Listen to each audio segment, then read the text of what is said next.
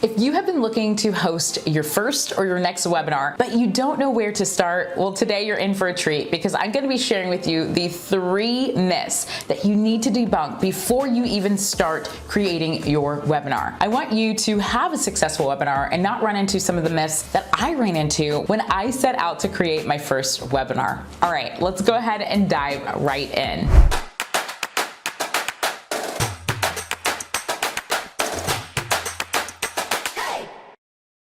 Hey there, Corporate Misfits. Brittany, Darrington here, and welcome to the Corporate Misfit Club channel, where we help female coaches, course creators, and consultants to build a freedom-bound business, sharing their expertise and being able to create digital products that change the world. All right, so before we dive into today's topic, I want you to check out our webinar checklist. This checklist will help you to ensure that you have all of the different steps and you have all of the different assets that are needed in order for you to succeed with your webinar. You can find that below. All right, so let's talk about debunking the 3 myths when it comes to webinars, because maybe you've been believing some of these things and it's keeping you from seeing success with your first or even your next webinar. So the first thing is that most people believe that if you build it, they will come. Now, this is from, I think the movie is called like something Fields. I don't know, but ultimately, a lot of people believe if you build it, they will come. They believe that in business, they believe that in events, all of that. Now, here is the myth in that. You are going to build a webinar, you are going to set things up, but people are not just going to come. So it's required that you actually take efforts and steps towards inviting your audience, reminding your audience, and following up with them to ensure that they show up to your webinar. Now, if you don't take those steps and you go the build it, they will come route, you most likely are going to see little to no people show up to your actual event and not see that success that you are looking for. All right, the second myth when it comes to webinars is that a lot of people assume that if their attendees join their webinar, they're all going to purchase. And sometimes as course creators and coaches, we get really hard on ourselves when we see people not actually buy. We're like, what did we do wrong? What kept people from buying? Now, there could be a number of things that might have taken place, but the one myth I want you to know and debunk is that not everyone will buy from you on the webinar. So percentage-wise, there's usually 55% that might take action and just go to the sales page. So please note that not everyone will buy from you and not everyone will take action to even go to the sales page or go to your application page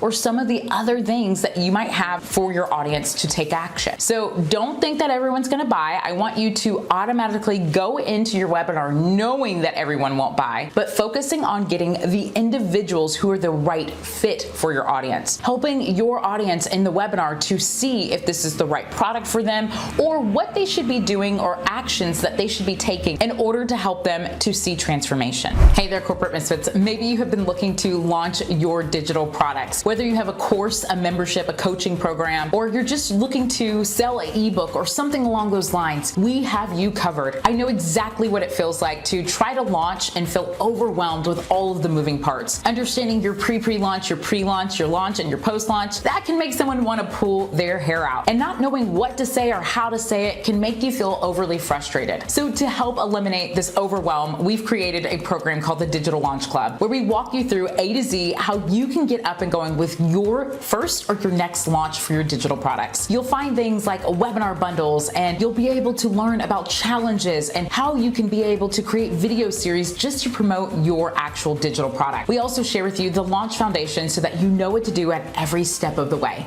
So if you're interested in checking that out and being a part of our community, you can click below and also use the code YouTube to get 15% off. Now, the third and last myth is that webinars require a ton of work. Now, I used to believe that I didn't want to host a webinar because there were so many moving parts. Now, trust me when I say webinars do require work, but if you have a system in place and you know exactly what is needed, it can actually save you a ton of time and you can crank out your webinar and getting everything set up from scratch in a 4-week or even below that time frame. I always like to give someone who maybe is starting for the first time a good 6 6 to 4 weeks to be able to plan accordingly for their webinar. But once you get this down and once you've created a lot of the assets associated, you can crank this thing out in about 2 to 3 weeks. So I don't want you to get held up or stuck or feeling hostage when it comes to creating your webinar, because there are assets that you will need, and I'll share with you very soon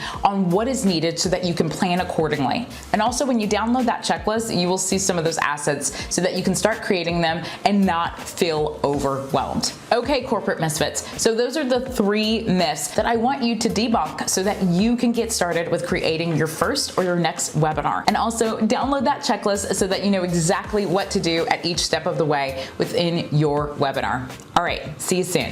Hey there, corporate misfits. Thank you so much for watching today's episode. Go ahead and hit subscribe so you can be notified of some of our upcoming videos.